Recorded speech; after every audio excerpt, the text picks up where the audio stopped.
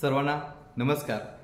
Master विशाल sir YouTube चॅनलवरती आपलं सर्वांचं पुन्हा एकदा सहर्ष स्वागत। महाराष्ट्र पोलीस भरतीसाठी किंवा इतर ज्या भरती आहेत त्या भरत्यांसाठी जी होऊ घातलेली आचारसंहिता किंबहुना स्थानिक स्वराज्य संस्थांच्या निवडणुकांमुळे कशा पद्धतीने इफेक्ट होणार आहे, कशा पद्धतीने त्रासदायक होणार आहेत, ह्या गोष्टी आपण बघतच आलोय। गेले 2 महिन्यापूर्वीपासून सगळ्या गोष्टी तुमच्यापर्यंत पोहोच केलेल्या आहेत। स्थानिक स्वराज्य संस्थांच्या आचारसंहितेचे नियम काय आहेत, कशा पद्धतीने आहेत, स्थानिक स्वराज्य संस्थांच्या निवडणुकीमध्ये आचारसंहितेच्या पिरियडमध्ये आपल्याला भरती घेता येते का, जॉईनिंग करता येते का, लेखी पेपर घेता येतो का, फिजिकल घेता येतं का, बाकी सगळ्याच गोष्टी याच्या पाठीमागच्या व्हिडिओमध्ये तुमच्यापर्यंत आपण शेअर केलेल्या आहेत। सो आजचा एक व्हिडिओ खूप महत्त्वाचा आहे जो पुढारी न्यूज चॅनलचा आलेला आहे आणि मग त्याच्यामध्ये खूप काही गोष्टी सांगितलेल्या आहेत आणि मग विद्यार्थ्यांमध्ये संभ्रमावस्था झाली आणि मग भीतीदायक वातावरण झालेलं आहे की सर काय होणार, कसं होणार, काहीच कळत नाही। सेम पाठिंबाच्या भरतीला पण झालेलं होतं। मराठा आरक्षणाचा मुद्दा पेटून उठलेला होता, कास्ट सर्टिफिकेटचा मुद्दा होता, तो त्रासदायक झाला। टोकनवरती फॉर्म भरलं, प्रॉब्लेम आले, दाखले मिळाले नाही मिळाले, फॉर्म भरले, काही ठिकाणी जॉईनिंग दिलं, काही ठिकाणी डिस्क्वालिफाय केलं। त्यानंतर 2 मिनिट ट्रेनिंग चालू झालं, 3 मिनिट ट्रेनिंग चालू झालं, पोरांना घेऊन आले, बाहेर काढले, डिस्क्वालिफाय केले, वाटळ करून टाकलं। या पोरांचं करायचं काय सांगा फक्त। ह्याला ते जबाबदार नाही आहेत, याला जबाबदार आहेत हे सरकार असतील किंवा तुम्ही जे काही रूल्स रेग्युलेशन करताय त्याचा थोडासा विचार करा। कारण पाठिंबाच्या 2 महिन्यापूर्वीपासून सांगतोय महाराष्ट्र पोलीस भरतीसाठी किंबहुना इतर ज्या भरती आहेत त्या भरत्यांसाठी सगळ्यात महत्त्वाचं म्हणजे 5 ते 6 घटक आहेत जे अडथळ्याचे आहेत, जे भविष्यात पोरांच्या अडचणी आहेत त्या अजून वाढवण्यात हे लक्षात ठेवायचं आणि सेम त्या पद्धतीने होत चाललेलं आहे। सो अतिशय महत्त्वाचा व्हिडिओ आहे, तो व्हिडिओ पहिला न्यूज चॅनलचा व्हिडिओ बघून घ्या आणि व्हिडिओ बघून झाल्यानंतर त्या व्हिडिओपेक्षा इतर माहिती किंवा त्या व्हिडिओमध्ये काय सांगितलं किंवा आतापर्यंत काय झालंय, निवडणूक आयोगानं काय काय केलंय, त्यांच्या म्हणण्यानुसार त्यांनी कधी आचारसंहिता लावणार आहेत, त्या पद्धतीने निवडणुका कधी घेणार आहेत किंवा VC कशा पद्धतीने झाला, या सगळ्या गोष्टी तुम्हाला याच व्हिडिओमध्ये शेवटपर्यंत बघायला मिळतील, लक्षात ठेवा। सो अतिशय महत्त्वाचा व्हिडिओ आहे। या दिवसांमध्ये जो स्टेबल राहील त्यालाच वर्दी भेटेल, नसेल तर अपडाऊन करून अनबॅलन्स होऊन वर्दी भेटणार, लक्षात ठेवायचं। हे प्रत्येक भरतीला ठरलेलं आहे, कोणता ना कोणता मुद्दा हा समोर येतोय आणि मग पोरांचं नुकसान होतंय हे मात्र नक्कीच। सो ह्याच्या पुढचा व्हिडिओ जो आहे, जो न्यूज पेपरचा किंवा न्यूज चॅनलचा आहे, पुढारी न्यूज चॅनलचा, त्याच्या माध्यमातून तुम्हाला त्या गोष्टी ह्या समजून येतील की काय काय सांगितलं त्याच्यामध्ये। पूर्ण बघून घ्या आणि त्यानंतर आपण पूर्ण मार्गदर्शन आपण कंटिन्यू करणार आहोत। तर तुम्ही पहिला व्हिडिओ पाहून घ्यायचा आहे। जिल्हा परिषद आणि पंचायत समित्यांसाठी दिवाळीपूर्वीच आचारसंहिता लागू होईल आणि दिवाळीनंतर नोव्हेंबरमध्ये निवडणूक होईल असे संकेत राज्य निवडणूक आयोगाने दिलेले आहेत। 32 जिल्हा परिषदा आणि 336 नगरपंचायतींसाठी निवडणुका पार पडणार आहेत। सर्वोच्च न्यायालयाच्या आदेशानंतर राज्य निवडणूक आयोगाने निवडणुकीबाबत तयारी सुरू केलेली आहे। प्राथमिक तयारीचा विभागनिहाय आढावा सुद्धा घेतलाय। जिल्हा परिषद आणि पंचायत समित्यांसाठी सप्टेंबर अखेर आरक्षण सोडत काढली जाणार आहे। दरम्यान नगरपालिका नगरपंचायतींची अंतिम प्रभाग रचना 26 ते 30 सप्टेंबर या कालावधीमध्ये जाहीर होणार आहे, तर महापालिकेची अंतिम प्रभाग रचना 8 ते 12 ऑक्टोबर या कालावधीमध्ये जाहीर होणार आहे। आणखी तपशील घेऊयात प्रतिनिधी धनंजय दळवी यांच्याकडून। धनंजय, आता ही जी बातमी समजते एकंदरीत जिल्हा परिषद आणि पंचायत समित्यांसाठी आता आचारसंहिता लवकरच लागू होणार असल्याचं समजतंय, काय नेमकं राज्य निवडणूक आयोगाने या संदर्भात म्हटलं, याबाबत सविस्तर सांगा।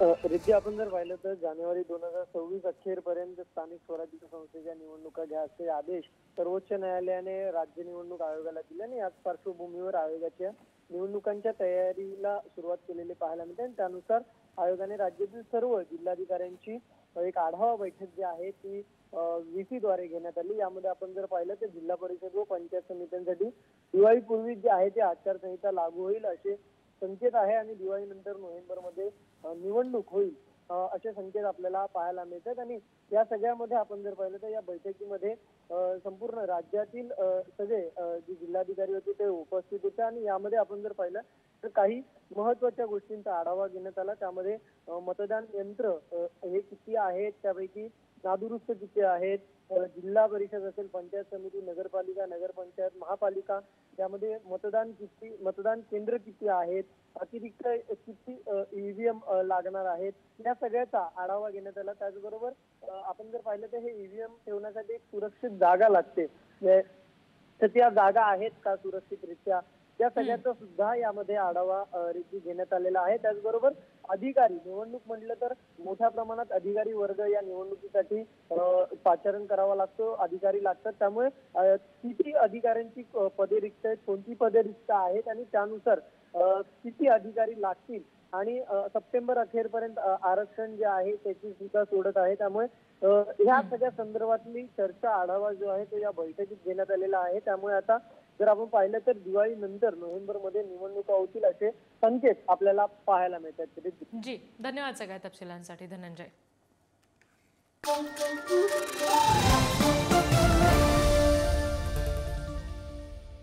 तर तुम्ही व्हिडिओ पाहिला असाल, त्या व्हिडिओमध्ये सगळ्या गोष्टी त्यांनी क्लिअर केलेत.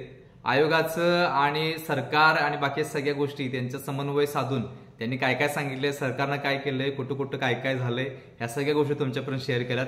तरी सुद्धा या पूर्ण व्हिडिओचं विश्लेषण आपल्या ह्या आताच्या व्हिडिओमध्ये आपण करणार आहोत. सो व्हिडिओ शेअर पण बघायचा आहे, कारण की ह्याच्यामध्ये जो मगापासून सांगतोय, पहिल्या व्हिडिओमध्ये बोललो की जो स्ट्रॉंग राहणार आहे तो जिंकणार, लक्षात ठेवायचं. नाहीतर इथं आळस घेतलाय आणि पुढे गेलाय आणि अचानक तोंडावरती भरती पडले आणि सर कळालं नाही काय झालं, आम्ही निवांत होतो, हे चॅनलवाला तो सांगत होता, तो चॅनलवाला हा सांगत होता, असं सांगत होता, सुद्धा जे काही असेल ते अजिबात कारण देऊ नका. कारण की ही संधी, ही सुवर्ण संधी आहे. 9,000 जागा फडणवीस बसलेले होते म्हणून आता 16,000 जागा होत आलेत. आणि तरी सुद्धा आपण वाट बघतोय की आम्हाला चान्स कधी मिळणार. सर, प्रत्येक दिवस तुम्ही असा वेळ वाट पाहत घालवताय आणि मग तुम्हाला वर्दी पाहिजे म्हणून. अरे असं कसं होईल? अरे 1% लोकांना हे भेटणार आहे फक्त, बाकी कोणाला भेटणार नाही. बाकी 99% मुलं यातनं डिस्क्वालिफाय होणार आणि परत कॉम्पिटिशन वाढणार. पुढची पोलीस भरती हे ह्याच्यापेक्षा कमी आहे, लक्षात ठेव. मग आता आळस कशाला करतोयस, किंवा आता कसला सुवर्ण दिवस बघतोयस वाट, किंवा कोणता मुहूर्त बघतोयस की भरती कधी पडणार आहे आणि त्या भरतीवरती तुझं ठरलंय. गेले 15 दिवसापासून 20 दिवसापासून म्हणतोयस की मला चालू करायचं आहे, मी करणार आहे, पण आम्ही काहीच करायला नाही. असं करू नका, वाट लावून घ्या ना स्वतःची, नका घेऊ वाट लावून. ठीक आहे, तर त्या व्हिडिओमध्ये काय सांगितलं बघूया. आणि एकंदरीत या आचारसंहिता किंवा स्थानिक स्वराज्य संस्थांच्या निवडणुकींच्या जे काही वादळ उठलंय ते कुठंपर्यंत आलंय याचं संपूर्ण विश्लेषण आपण पुढे करणार आहोत. तर जिल्हा परिषद आणि पंचायत समितीच्या निवडणुकांमध्ये ज्या स्थानिक स्वराज्य संस्थांच्या ज्या काही संस्था आहेत त्या सगळ्या डिटेल्समध्ये पाठिंबाच्या आचारसंहितेचे जे रूल्स आहेत त्याच्यामध्ये सगळ्या गोष्टी तुम्हाला सांगितलेल्या आहेत. तुम्ही तो पहिला तो व्हिडिओ पाहून घ्या. या व्हिडिओच्या शेवटी सुद्धा एक आयकॉन येईल, त्या आयकॉनवरती टच करून तुम्ही तो व्हिडिओ पाहून घेऊ शकताय. तर बघा, त्यांनी काय सांगितलं, दिवाळीपूर्वीच आचारसंहिता लागू होणार शक्यता निवडणूक आयोग जो आहे त्यांनी सांगितलेला आहे. म्हणजेच दिवाळीपूर्वी जर आचारसंहिता लागू केली तर मग पोलीस भरती पडू शकते का, विचार करा. कारण की आता सप्टेंबर मिड येऊन गेलाय, एंडकडे गेलं सुद्धा झुकतं माप, आणि मग बाकी सगळ्या गोष्टी आहेत. मला आज दिवसभरात खूप सारे मेसेज, खूप सारे कॉल आलेत. प्रत्येकाचे कॉल स्वीकारू शकत नाही, प्रत्येकाला रिप्लाय देऊ शकत नाही.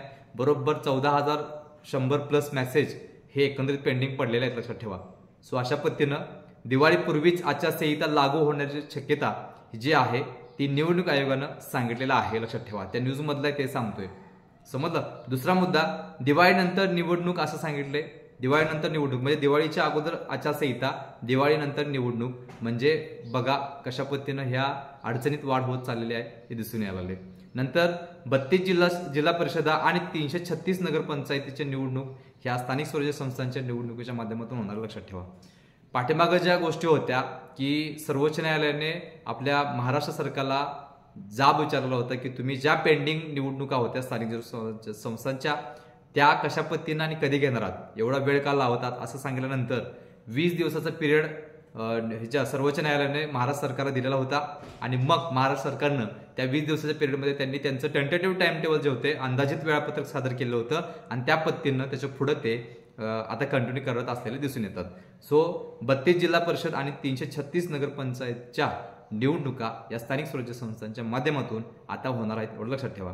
नंतर सप्टेंबर अखेर आरक्षण सोडत, म्हणजे ह्या सप्टेंबर अखेर म्हणजे 25 ते 30 तारीख पकडा, म्हणजे आला किती, आता जवळ 16-17 तारीख आहे, अजून 5-6 दिवस गेले की संपला विषय. आणि मग ह्याच्यामध्ये विषय अशा पद्धतीनं आहे, आजही पोरांना मी गायडन्स केलं, सकाळी सुद्धा येतं जाता सगळी भेटतात, पालक सुद्धा विचारतात, सगळे विचारतात थांबून की सर पोलीस भरतीचा विषय काय. तर लक्षात ठेवा, पाठीमाग सिनियरांनी जे सांगितलेलं होतं, एक परिपत्रक आलेलं होतं, GR आलं होतं, तो विश्लेषण सुद्धा तुम्हाला केलंय मी 15 दिवसापूर्वी, की SRPF चालकच्या जागा ज्या ह्याच्या आधी भरत नव्हत्या त्यासाठी जे काही हे आहे महाराष्ट्र पोलीस सेवा प्रवेश नियम जे आहेत त्या तरतुदीमध्ये चेंजेस करून त्या सुद्धा चालकमध्ये जागा ऍड करून भरायला सांगितलेल्या आहेत. आणि मग संबंधित जे गट आहेत, SRPFचे सगळे गट आहेत, त्या सगळ्या गटातील चालकच्या रिक्त जागा विचारल्यात. आणि अजून सुद्धा रिक्त जागा यायला नाहीयेत. आणि त्याच्यामध्ये सुद्धा एक पॅराग्राफ करून त्यांनी सांगितलंय की ह्या ज्या रिक्त जागा आहेत त्या 2024-25च्या पोलीस भरतीमध्ये भरायला सांगितलेल्या आहेत. म्हणजे अजून ज्या SRPF चालकच्या जे की हे आहे रिक्त जागेचा अहवाल तो अजूनही आलेला नाहीये. मग त्याच्या आधी भरती कशी पडू शकते हा एक विषय आहे. अजून त्याचा रिक्त जागेचा अहवाल यालाच नाहीये. मग भरती कुठंच गेली, पडली का? नाहीये. त्या जागा सोडून 15,731 जागा प्लस 300-400 काय असतील त्या सगळ्या गटांच्या मिळून जर झाल्या तर त्या एकंदरीत 16,000 पर्यंत जागा जातील हे मात्र नक्कीच. पण SRPF चालकच्या जागा अजूनही यायला नाहीयेत, कारण त्याच्यामध्ये स्ट्रिक्टली सूचना दिलेल्या आहेत की रिक्त जागेचा अहवाल मागवलेला आहे आणि तिथून पुढे मग ते ऍड होतील. अजूनही रिक्त जागेचा अहवाल यायला नाहीये. तर सप्टेंबर अखेर आरक्षण सोडत आहे. अंतिम प्रभाग रचना ऑक्टोबर महिना म्हणजे पुढच्या महिन्यामध्ये त्यांनी सांगितलेलं आहे. जिल्हाधिकारी यांची बैठक जी आहे ती काही दिवसांपूर्वी झालेली होती.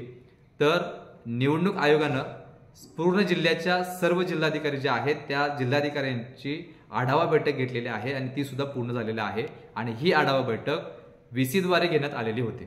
ओके, पुढे बघूयात मतदान केंद्र किती. आता ह्या आढावा बैठकीमध्ये काय काय झालंय, मतदान केंद्र किती, त्यापैकी नादुरुस्ती किती आहेत हे पण विचारले. अतिरिक्त किती EVM लागणार आहेत, निवडणूकच्या जे की मतदार आहेत त्याच्यानुसार किती EVM ची मशीन लागणार हे पण विचारलेलं आहे.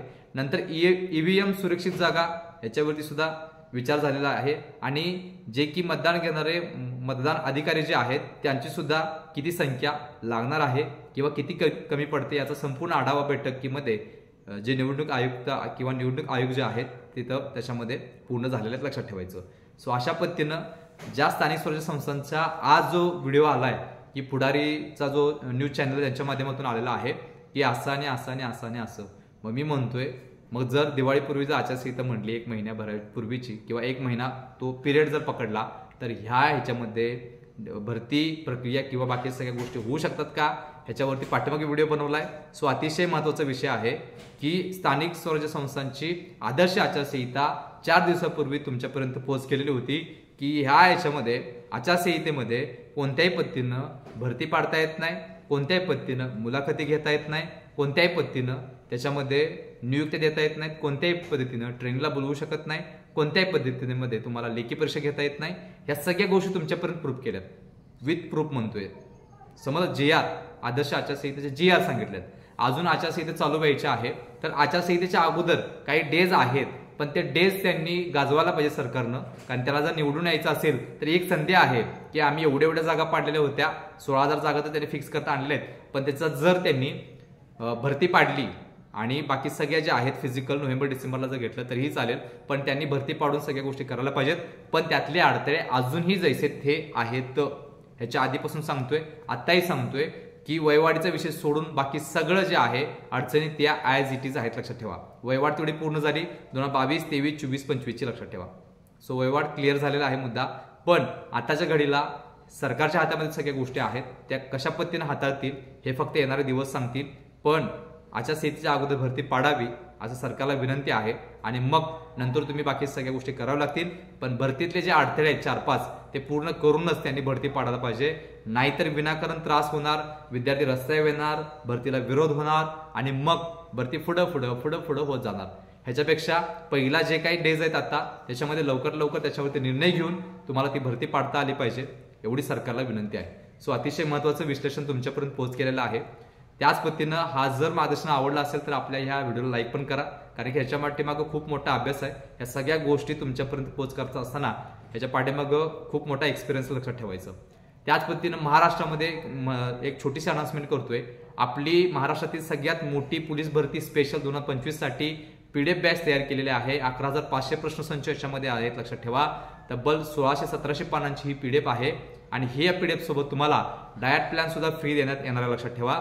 सो अशा पद्धतीनं जी की PDF आहे सगळे विषय त्याच्यामध्ये मराठी ग्रामर आहे, गणित आहे, बुद्धिमत्ता आहे, GK GS आहे, चालू घडामोडी आहे, पोलीस प्रशासन आहे आणि घटकाच्या रिलेटेड म्हणजे चालकच्या रिलेटेड किंवा SRPFच्या रिलेटेड किंवा बॅट्समनच्या रिलेटेड सगळे क्वेश्चन आपण घेतलेले आहेत. 36च्या 36 जिल्ह्यातल्या प्रश्नपत्रिका पाठीमागे झालेल्या सगळ्या सोडवून त्याच्यामध्ये दिलेल्या आहेत आणि 36च्या 36 जिल्ह्यातल्या पोलीस भरतीसाठी 2025च्या पोलीस भरतीसाठी ही जी PDF आहे ती अतिशय उपयुक्त आहे सगळ्या घटकासाठी, शिपाईसाठी, चालकसाठी, SRPF साठी, कारागृहासाठी आणि बॅट्समनसाठी कोणत्याही जिल्ह्यातला फॉर्म भरा, तुम्हाला ती उपयुक्त ठरणार आहे. सो ही जी हे आहे PDF बॅच आहे ती तुम्हाला पूर्ण महाराष्ट्रभर घर बसल्या 5 मिनिटांमध्ये सेंड करतोय, फक्त 5 मिनिटांमध्ये. सो ही जी PDF आहे 11,500 प्रश्नसंच असलेली ही तुम्हाला देतोय आपण पुढच्या 7 दिवसांसाठी 399 रुपयाला देतोय.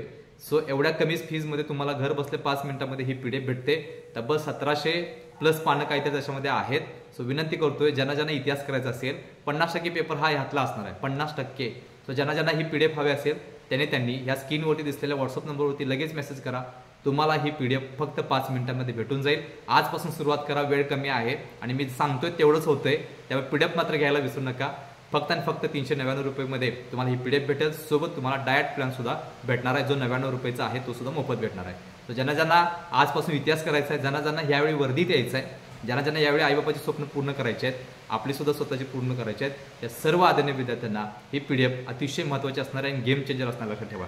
सो ज्यांना ज्यांना PDF हवे असेल त्यांनी या स्क्रीनवरती वेळ न घालवता मेसेज करा. तुम्हाला ही PDF 5 मिनिटांमध्ये भेटून जाईल. शेवटी सर्व विद्यार्थ्यांना आपल्या ह्या नवीन पोलीस भरतीसाठी माझ्याकडून मी शुभेच्छा देतोय आणि आपण भेटूया पुढच्या व्हिडिओमध्ये. तोपर्यंत धन्यवाद.